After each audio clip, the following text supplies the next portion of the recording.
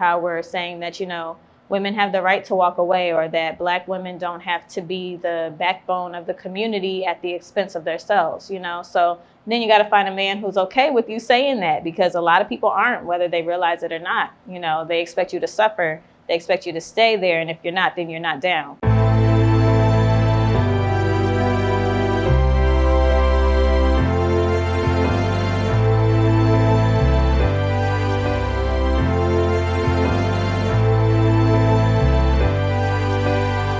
So my most current relationship met on Tinder, actually. I was like completely against dating sites. I was actually at a session with my editor for a film that I just did, and a friend stopped through and, she was asking, yo, Ev, like, are you ever on the apps? And I'm like, no, I don't need that drama. My regular life is like ridiculous enough, so I don't need to add internet people to the space.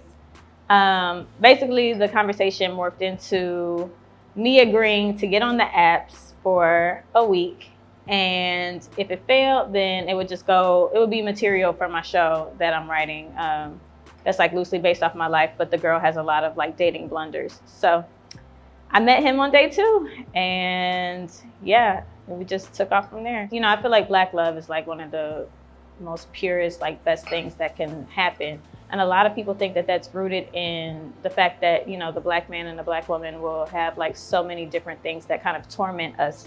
Yeah. We have our different experiences, even though, our skin color is the same. And if you can find common ground within that and, love blossoms out of that, then that's a beautiful thing.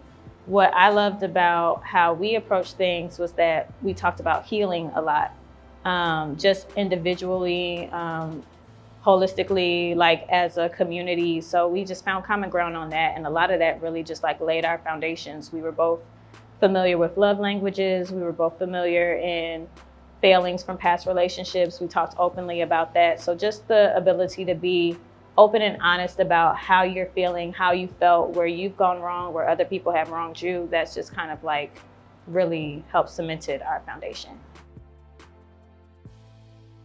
I've dated a lot. So I feel like in dating experiences, there's never an experience where you walk away and say, I learned nothing, right? So for me, what I've learned in past relationships was mostly about how I loved, So it wasn't, of course, I feel like in past relationships, there were failings on the other person, but that still taught me a lesson about myself. What I tolerate, what I shouldn't tolerate, how I react, how I communicate. What standards can I put at the very beginning of the relationship so that those standards aren't violated later? And that's what eventually, everybody sees red flags. So what red flags am I willing to ignore? What red flags are non-negotiables? So I feel like those relationships just helped mature me emotionally. And that really just helped me go forward in this one now. Definitely, there's so many.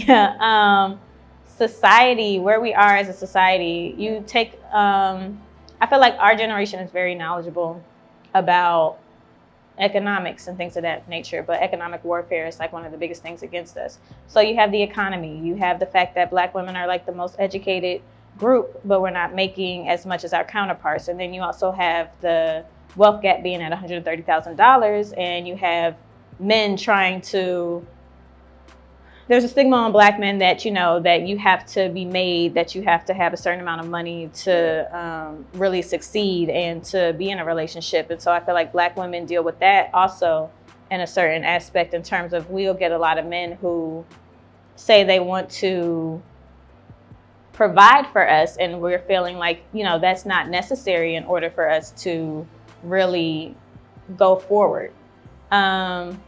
So there's the economic pressures. I feel like there's also we're in a state where we just kind of have like a cutoff mentality. Like it's very simple for people to cut each other off. There's a difference between being spiteful, and there's a difference between a healthy boundary. And I feel like we don't have that. So that's another tough thing that we have.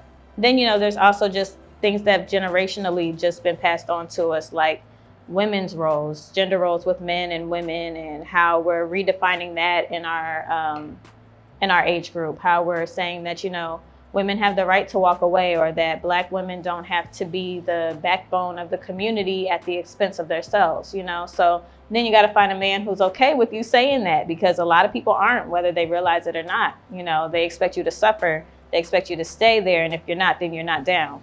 So there's a lot of stigmas and stereotypes that we face as well. So I feel like as a generation, millennials are facing a lot, because we're in a place where society and our values and our morals are rapidly changing just as fast as technology is. So everybody's just trying to keep up and get on the same page as somebody else, which it's not easy.